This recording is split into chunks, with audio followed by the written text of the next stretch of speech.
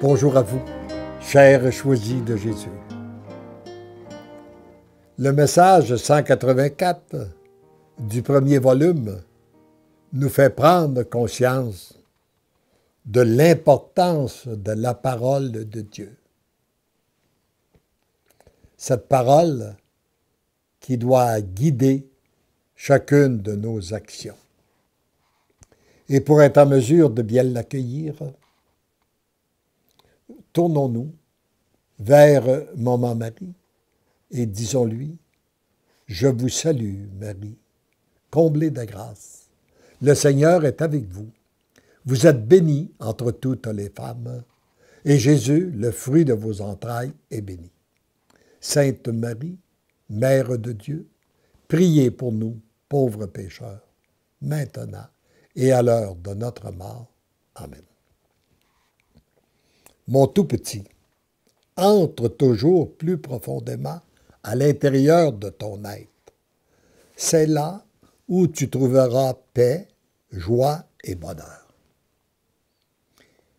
Bonheur et lumière pour t'éclairer sur chacun des chemins que tu as à parcourir et sur lesquels tu t'es aventuré et que tu considères parfois difficiles et enténébrés. Ne cherche pas ailleurs. La lumière, elle est là, bien en toi, car c'est là où je suis. Lorsqu'on a donné notre oui à Dieu, Dieu nous habite et il est Dieu et la lumière qui nous guide. C'est là où se trouve l'amour. Cette lumière intérieure vient éclairer et te permettre de vivre pleinement la parole de Dieu.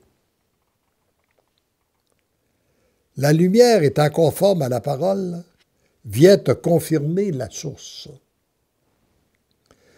Voyez-vous, souvent, lorsque nous sommes inspirés, nous ne savons pas si l'inspiration que nous recevons vient réellement de l'Esprit Saint. Ça peut venir de notre imagination, ça peut venir de d'autres sources aussi. Mais lorsque ça vient de Dieu, ça nous procure une paix intérieure et c'est toujours conforme à la parole. C'est le meilleur moyen pour être rassuré. Tu n'as rien à craindre. La parole, c'est le grand tracé de la route.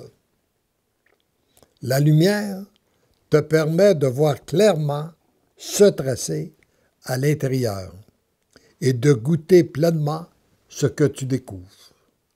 Ainsi, tu es sur la voie de la transformation. Cette transformation qui fait de toi l'amour.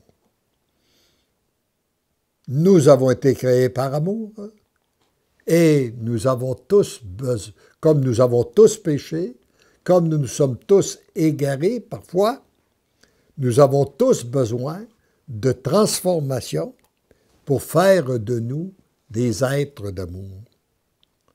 Tout se passe à partir de ton intérieur, d'où l'importance d'y pénétrer profondément afin d'y puiser toute la richesse que le Père y a déposée au moment de ta création. Heureux es-tu? Heureuse êtes-vous de vivre durant cette grande période de grâce qui permet de puiser les richesses que le Père a déposées à l'intérieur de chacun de vous. Vous êtes profondément aimé, tu es profondément aimé, tendrement, je t'aime. Trop souvent, lorsque nous prenons conscience de ce qui va mal dans le monde, nous avons tendance à nous décourager et de s'apitoyer sur notre sort ou sur le sort de notre peuple.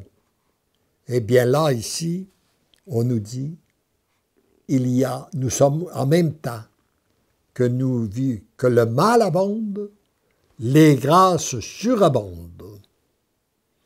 Et il y a une multitude de grâces actuellement qui sont déversées sur l'humanité.